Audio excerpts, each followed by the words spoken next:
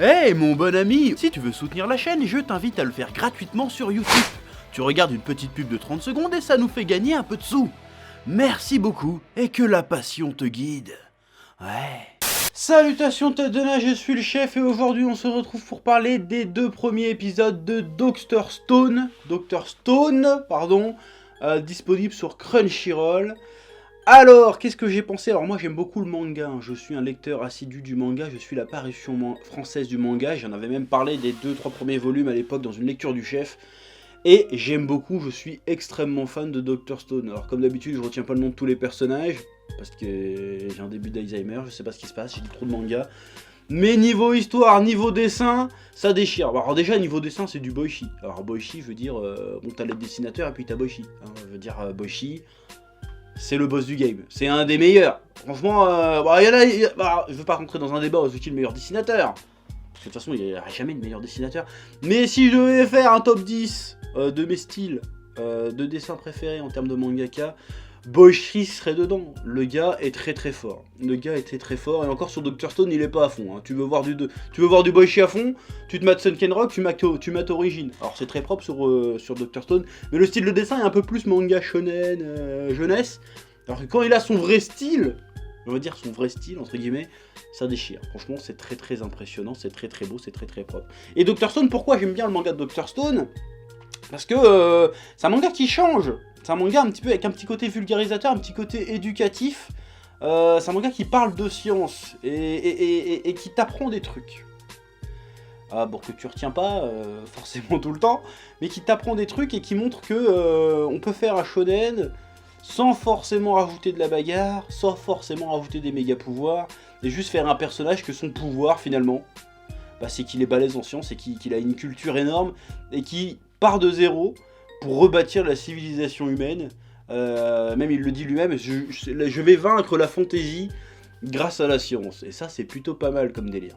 Je trouve que le délire est sacrément original. Alors des mangas qui parlent un peu de survie dans un univers post-apocalyptique, il y en a plein, même ça revient pas mal à la mode, hein. D'ailleurs j'en ai déjà parlé de plusieurs dans les lectures du chef cette année. Normalement le Survivant qui était un remake d'un vieux manga d'Isao, j'ai oublié son nom, l'auteur de Golgothray je crois si je dis pas de conneries. Il y en a plein, ça revient un peu à la mode, ce côté post-apocalyptique, ce côté survie dans un Japon détruit, alors que là il est détruit mais c'est la nature qui a repris ses droits. Ce côté survie est très sympathique de base, et dans l'animé c'est plutôt très bien retranscrit. Alors le seul problème que j'aurais avec l'animé, c'est que les explications scientifiques, dans les deux premiers épisodes en tout cas, passent super vite.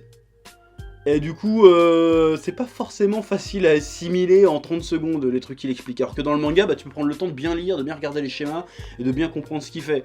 Alors que là, dans l'animé, et je pense que c'est par souci de rythme, certainement, et bah ça passe un peu vite. Ça passe un tout petit peu vite et c'est un peu dommage. Donc j'espère que dans la suite, parce que pour l'instant il y avait des trucs assez simples quand même là-dedans, mais j'espère que dans la suite, parce qu'il y a quand même des trucs vachement velus dans la suite, parce que je connais le manga comme je suis en train de te le dire, j'espère qu'ils prendront plus le temps de bien expliquer les choses. Alors c'est sûr, tu risques de perdre un peu en rythme et en fluidité dans la narration, mais va bien falloir expliquer pour que les gens comprennent l'histoire et garder cet aspect un peu éducatif dans le manga, dans l'animé.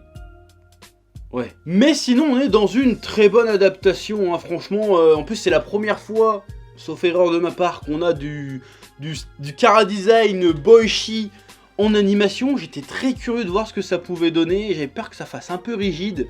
Alors il y a certains plans, ça fait un petit peu rigide, notamment les plans où il parle la bouche, c'est très bizarre, mais après ce que c'est dû aussi le Boichi ou à la qualité de l'animation qui forcément est toujours plus ou moins en dents de scie dans un épisode. Mais ça passe plutôt bien. En vrai, ça passe plutôt bien. Je pense qu'ils ont quand même un peu affiné arrondi le trait. Parce que le style de Boichi est très stokos. Je sais pas, c'est très en volume, très solide. Mais c'est pas trop rond. Là, j'ai l'impression que le style est un petit peu plus rond, un petit peu plus... Enfin, c'est peut-être juste des changements dus à l'animation ou... je sais pas trop. Mais voilà, le style me plaît quand même s'il a quelques variantes, hein. C'est toujours le cas de toute façon quand tu as une adaptation, t'as jamais un style exactement similaire au manga, hein. C'est logique parce que tu dessines pas pareil pour faire de l'animation que pour faire du manga, parce que forcément, hein, c'est comme ça, et puis surtout c'est pas les mêmes personnes. Donc donc c'est logique. Mais en tout cas, ils ont fait un style bien ressemblant, et qui fonctionne très très bien.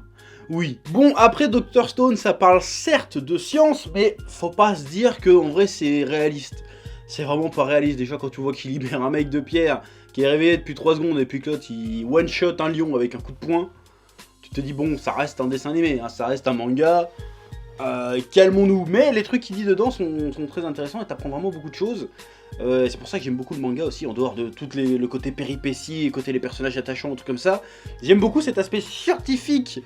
Je trouve qu'il y a une vision de la société moderne très positive. On a souvent là, dans ce genre de manga, dans ce genre d'histoire, une critique assez acerbe du monde d'aujourd'hui. Genre ouais, y a le côté écolo, le côté ouais, les humains détruisent tout, c'est que des cons. Et là pour une fois, non, le héros dit non, il faut qu'on reconstruise la civilisation parce qu'on était méga balèze. Et lui il voyait que les choses bien chez les gens, si tu veux, quelque part. Genre, on a quand même réussi à bâtir des civilisations, à dompter la nature, à aller jusqu'à l'espace, à maîtriser la technologie. Le gars, il veut rebâtir la civilisation parce que je trouve que l'humanité, grâce à la science, est magnifique quelque part, est grandiose. Et ça, c'est un truc qu'on voit très très rarement, hein, comme je te le disais, dans ce genre d'histoire. Et justement, c'est ce qui va l'opposer au méchant, je sais plus comment il s'appelle d'ailleurs, qui est pas vraiment un méchant en réalité, qui est plus compliqué que ça, qui lui... a plus cette vision plus classique, genre ouais, de toute façon là on a un monde libre, libéré du capitalisme, de la pression des adultes, des dogmes et tout ce que tu veux, qui rendait le monde chiant. Parce que le gars lui, c'était un jeune, il avait quoi? Il était épris de liberté, donc lui il veut vivre dans la nature tranquille, vivre, faire son clan tranquille, et péter les statues des vieux pour pas qu'ils recommencent à casser les couilles avec leur système qu'il trouvait finalement plus archaïque que le système un peu préhistorique dans lequel il veut vivre finalement. Parce que les gens n'étaient pas libres.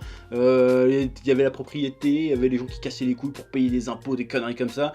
Et lui, ça l'emmerdait. Le monde des adultes l'emmerde clairement. Et il est beaucoup mieux à survivre dans la nature où tout est libre, où tout est à personne, tout est à tout le monde. C'est-à-dire que rien n'est à personne finalement.